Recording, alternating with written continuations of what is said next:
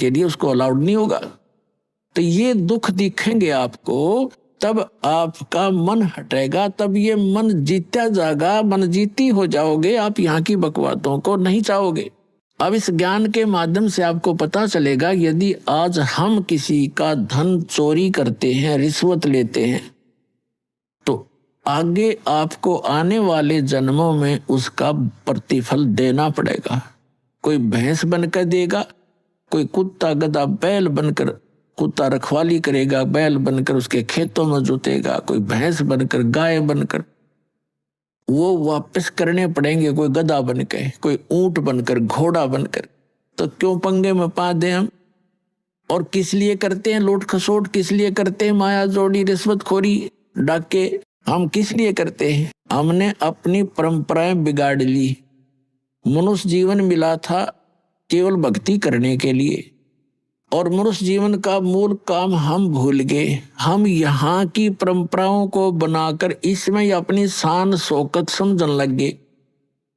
किसी के पास धन हो गया और उसने लड़की का विवाह करने लगा, तो उसने लड़की के विवाह में कि उसके पास पैसा है, तो कहीं से भी प्राप्त है, पूर्व संस्कार से है या 2 नंबर से किया है, तो उसने लड़की के विवाह में सारे फंड कर दिए, डीजे बजाना, फलाना करना, इतने व्यक्ति बुलाने हैं, ऐसा धन देना है, इतना दान दे दिया, कोई कार दे दी हैं। अब उसने तो दे दी, उसने तो बकवाद कर दी क्योंकि पैसा है। अब गरीब आदमी की लड़की का जब विवाह होता है तो आत्मा तो उसकी भी रोती है।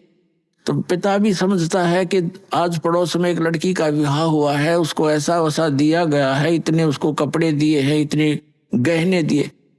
तो वो गरीब व्यक्ति अपनी बेटी के मुंह की तरफ देखता है, कहीं इसके मन में ठेस ना पहुंचे बेटी को। तो जितना उसका सामर्थ्य होता है उससे ज्यादा कर्जा वर्जा करके अपनी बेटी को कोशिश करता है वो आइटम पूरे करने की, लेकिन फिर भी उतना नहीं कर पाएगा और नुकसान और कर्जवान भी हो जाएगा। तो ये जो बकवाद हमने शुरू कर रखी है ये खत्म करनी पड़ेंगी। अब विवाह तो परमात्मा ने कर रखा है, बच्चा और बच्ची का जो संस्कार उसका पहले ही बना रखा है। बाद में तो हम बेमतलब का ड्रामा और अपनी बकवाद दिखाते, लोग दिखावा करते। हमने बच्चों का विवाह कति सिंपल वे से करना चाहिए।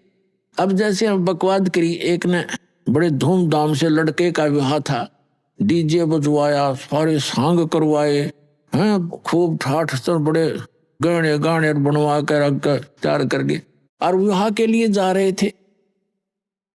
और वो लड़के दुल्हे वाली गाड़ी जिसमें 7-8 3-4 घर के रिश्तेदार दामाद उसके बैठे हुए थे, यानी उस लड़के के जीजा वगैरह बहनोई, और वही कार टकरा गई ट्राले से, वो दुल्हा भी मर गया और वो बहनों के बटे हुए मर गए 1-2 साथ में ही।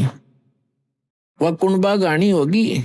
पहले दिन तो नाचे कूदे थे, ठाठ बांध रहे थे, और अगले दिन टक्कर मार कर हो रहा सारा परिवार, चाट ले डीजे ने और बजा ले बाजे भी। तो यहाँ संतों ने बताया है, जैसे आदरणीय नानक साहिब जी को परमात्मा सचखंड लेकर गए थे, बेई नदी से उनको वापस छोड़ा था, उसी दिन से उनकी वृत्ति संसार से हट गई थी, क्योंकि सुख में सतल उन्होंने आंखों देख लिया था।